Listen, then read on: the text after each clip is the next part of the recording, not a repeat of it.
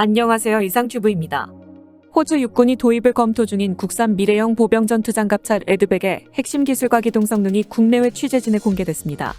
레드백의 제작사인 하나디펜스는 지난 27일에 육군 제11기동사단 훈련장에서 현재 4단 기갑수색대대가 시범 운용 중인 레드백이 실제 기동하는 모습을 국내외 언론과 주한 외국무관 등에게 보여주는 행사를 진행했습니다. 이날 행사 현장엔 육군과 방위사업청 관계자 등 80여 명이 참석해 레드백의 기동을 지켜봤습니다.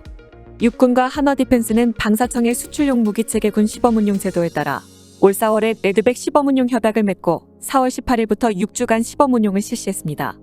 한화디펜스에 따르면 레드백엔 복합소재 고무궤도가 사용되어 주행시 진동이 일반 장갑차보다 최대 70% 적고 소음도 현저히 감소했습니다. 또한 내구도도 기존 장갑차보다 향상되어 정비 수요는 최대 80% 줄었고 연료 역시 30% 가까이 아낄 수 있다고 합니다.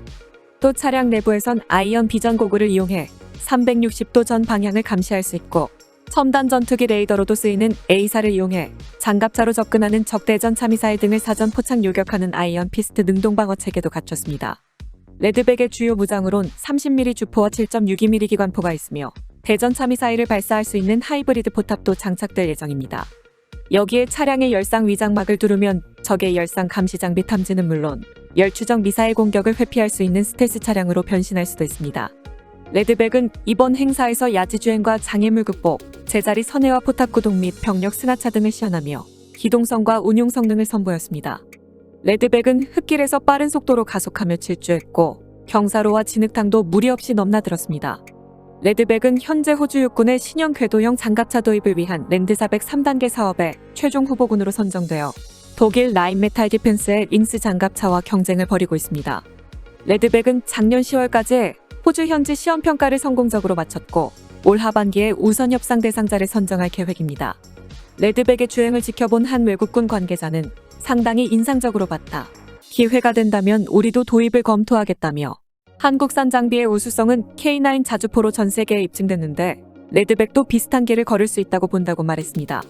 이런 가운데 하나디펜스는 현재 미국 법인을 통해 미국의 차세대 유무인 보병 전투 장갑차 사업을 위한 오시코시 디펜스 컨소시엄의 핵심 협력업체로 참여하고 있으며 레드백을 기반으로 하는 장갑차 설계를 진행 중에 있습니다.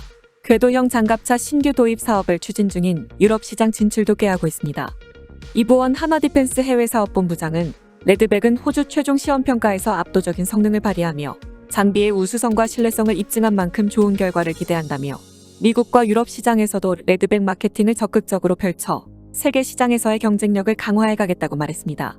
조현기 방사청 기동사업부장은 군 시범 운용을 통해 호주와 유럽 등의 레드백의 성능과 신뢰성 등 실적을 제공해 해외 수출을 적극 지원할 예정이라며 우리 군이 요구하는 성능과 기술이 접목된 한국형 레드백 도입도 긍정적으로 검토할 수 있다고 밝혔습니다. 육군은 이번 시범 운용을 통해서 K21 추가 소요를 결정할지 아니면 레드백을 도입할지 결정될 것으로 보입니다. 지난해 육군은 100대 이상의 K21 추가 소요를 결정했으며 현재는 소요 검증 작업이 진행 중입니다. 따라서 관련 예산을 타내면 2024년부터 육군은 새로운 K21을 받을 수 있게 된다는 것입니다. 합동참모본부가 추가로 K21 보병전투차와 AH-64의 공격 헬기 36대 도입을 결정한 이유는 제7기동군단의 대규모 개편 사업에 있습니다. 새로운 제7기동군단은 북한의 대규모 혼란이 발생할 시에는 북한을 향해 곧바로 진격해 들어가 평양을 점령하는 것을 목표로 삼고 있습니다. 현실적으로 북한은 전면전이나 대규모 국지전을 상실했다고 한미연합사령부는 판단하고 있지만 만약 북한이 붕괴되면 시리아 사태가 한반도에서 발생할 것을 우려하고 있습니다. 아랍을 휩쓸었던 아랍이봄 민중봉기가 2011년에 시리아 전역에서도 일어나자 아라사드 정권은 국민들을 강경 진압했습니다. 시위대는 터키의 지원을 받아 점차 무장하기 시작했으며 아라사드 정권은 러시아의 지원을 받아 두 세력은 지금까지도 내전을 벌이고 있습니다. 우리나라 정부도 미국의 해병대 원장단이 도착하는 데에만 최소 3주가 걸리고 미국 지상군이 도착하는 데에도 약 3개월이 걸려 그 사이에 시민 학살이 발생할 수 있으며 또한 중국과 러시아가 북한의 영토를 먼저 점령하게 되면 시리아 내전이 한반도에서 발생할 수 있다는 것을 상정하고 있습니다. 따라서 미군이 도착하기 전에 한국군이 독자적으로 북진해 평양을 비롯해 최소한 평안도와 강원도 지역을 확보하여 중국과 러시아의 북한의 재점령을 막는다는 내용이 국방개혁 2.0이며 국방개혁 2.0의 핵심은 제7기동군단입니다. 따라서 제7기동군단은 유사시에 중국과 러시아의 공수사단과 속도 경쟁을 펼쳐야 하기 때문에 새로운 보병 장갑차가 필요하게 되었습니다. 기존의 K-21 보병 전투 장갑 차량이 처음 나왔을 때는 방산 수출 시장과 미래의 디지털 전장 환경에서 끝없이 진화하는 무기로 주목받았습니다. 내부가 디지털화된 4세대 K-21은 방어력과 화력, 기동력이 뛰어납니다. 러시아제 152mm 자주포탄 파편은 물론 1km에서 50m를 관통하는 날개 분리 철갑탄까지 막을 수 있습니다. 또한 40mm 중기관포를 탑재했고 사정거리 2500m급의 대전차 미사일 2발도 장착되어 있습니다. 기존의 알루미늄 장갑제보다 30% 경량화됐음에도 740마력의 엔진을 장착했고 수중에서도 시속 7km의 속도를 낼 수 있으며 앞으론 현궁 대전차 미사일도 탑재할 계획으로 알려져 있습니다. 여기에 하나디펜스는 2016년에 벨기에 CMI 디펜스사와 약 100억 원 규모의 포탑 구조물 공급 계약을 체결하고 K-21 장갑차 차체에 CMI 디펜스사의 105mm 포탑을 탑재한 경전차를 제작해 해외 전시회에 참여하며 선보였습니다. 한때 포사격 성능 시험에서 포신 폭발 사고가 발생하는 어려움도 겪었지만 이후 점차 개선되어 왔습니다.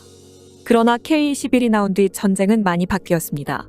또한 K-21 보병 전투차는 하부 방어 능력이 부족하여 북한군이 대전차 지뢰 2개를 묻어두거나 152mm급 포탄을 ID로 사용하면 여지없이 격파될 것입니다.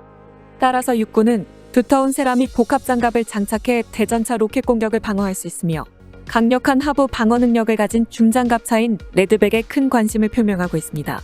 국내 언론의 보도에 의하면 관련 사정을 잘 아는 정부 소식통은 구체적인 기종 선정 때 기존 K-21 추가 주문이 아닌 레드백 선택도 고려할 수 있다고 귀띔했다고 합니다. 또한 군 관계자는 K-21 개발 노하우를 바탕으로 레드백을 만들 수 있었으며 두 장갑차는 DNA가 같다고 말하고 있습니다. 같은 DNA를 가진 형제 사이지만 K-21과 레드백은 차이가 큽니다. 그래도 K-21에 당장 도입할 수 있는 레드백의 신기술은 여럿 있습니다. 2차 양산 때 K-21의 고질병을 고치자는 의견도 있습니다. 바로 K-21의 도하 성능입니다. K-21은 양쪽에 특수 에어백을 달았으며 강을 만나면 에어백에 공기를 불어넣어 물에 장갑차를 띄웁니다. 산을 끼고 흐르는 강이 많은 한국의 지형을 고려한 성능입니다. 유사시에 기동군단이 올라갈 북한은 다리가 많지 않고 탱크나 장갑차의 무게도 견딜지 불분명합니다. 그래서 도하 장비 없이도 K-21이 강을 건너야만 한다고 육군 지휘부가 판단한 것입니다. 문제는 도하 성능을 설계에 반영하려면 장갑차의 무게를 줄여야만 했습니다. 25톤의 K-21이 다른 IFV보다 가볍다는 소리를 듣는 이유입니다. 반면 레드백은 도하 성능이 없으며 대신 두툼한 장갑을 여유롭게 둘렀습니다. 레드백은 자주도하 장비를 이용하여 하천을 건널 수 있습니다. 이를 위해 방위사업청은 2023년까지 자주도하 장비를 도입할 예정입니다. 여기에 이미 배치된 K-21도 레드백으로 탈바꿈할 수도 있습니다. 2023년부터 K-21을 야전에서 공장으로 가져온 뒤 점검하고 성능을 높이는 찬정비가 이뤄집니다. 이때 K-21의 성능을 레드백 수준으로 높일 수 있습니다. 문제는 비용입니다. 신형 레드백의 단가는 40억 원 수준인 K-21보다 꽤 비싼 편입니다. 상정비 비용도 20억 원보다 더 많이 필요합니다. 또한 레드백을 도입하거나 K-21을 현재의 레드백 수준으로 업그레이드한다면 호주와 우리나라의 환경은 다르기 때문에 다른 무기체계를 장착해야 합니다. 우선 레드백에 탑재된 T-1000 포탑은 우리나라의 실정에 맞지 않기 때문에 교체될 것으로 보입니다. 레드백에 탑재된 T-1000 포탑은 30mm 기관포이며 한국의 주력 보병 전투 차량인 K-21에 장착된 기관포는 S&T가 개발한 K-40 40mm 기관포가 탑재되어 있습니다. K-21에 탑재된 K-40 40mm 기관포는 대규모 전면전 상황을 상정하여 적의 대전차 헬기를 공격할 수 있는 4km의 사거리를 갖춘 40mm 중기관포입니다. 그리고 중국과 러시아의 보병 전투차가 30mm AP탄 방어 능력을 확보한 것에 대응해 40mm APFSDS탄을 발사할 수 있습니다. 반면에 호주는 미국의 군사작전에 일부 전력으로 참여해 대규모 전면전 상황에 노출될 위험이 적기 때문에 게릴라전을 상정하고 있으며 게릴라전에서 필요한 화력은 건물 외벽을 관통하여 폭발하는 30mm급 SAPHEI탄이 요구되어 레드백에는 30mm급 기관포가 장착되었습니다. 또한 레드백에는 이스라엘제 능동방어 시스템인 아이언 피스트가 장착되어 있습니다. 만약 레드백을 한국 육군이 도입하게 된다면 미래에는 국방과학연구소에서 개발 중인 한국형 능동방어 시스템을 장착할 수도 있겠지만 현재로서는 한국형 능동방어 시스템은 생산 단계에 도달하지 못하고 있으며 완성도 면에서도 아이언 피스트보다 떨어지는 것으로 알려지고 있습니다.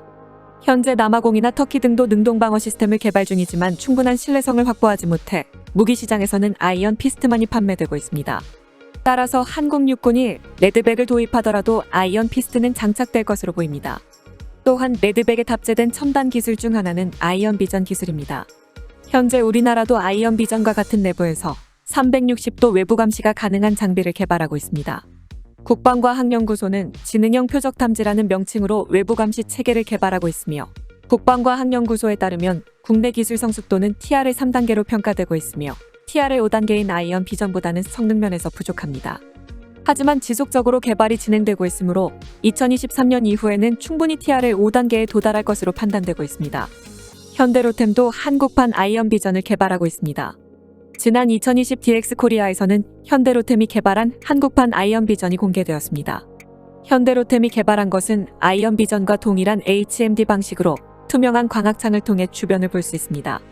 또한 육군이 레드백을 도입하게 된다면 현재 개발 중인 K9 자주포용 엔진이 레드백에도 탑재될 수 있을 것으로 보입니다. 현재 호주에 제한된 레드백에는 K9 자주포에 탑재되는 1000마력의 MT881 엔진이 사용되고 있습니다. 작년에 방위사업청은 K9 자주포용 엔진의 국산화를 결정했으며 올해부터 연구 개발을 시작해 2025년에 완성될 예정입니다.